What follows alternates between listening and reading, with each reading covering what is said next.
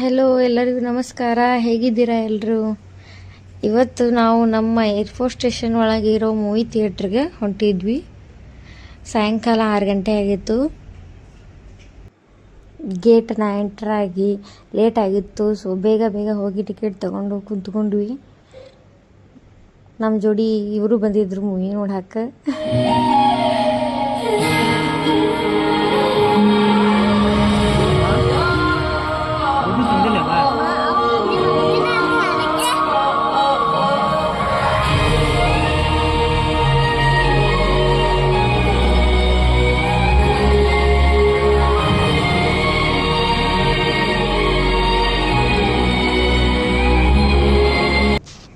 ಈಗ ಇಂಟರ್ವ್ಯೂಲ್ ಬಿಡ್ತು.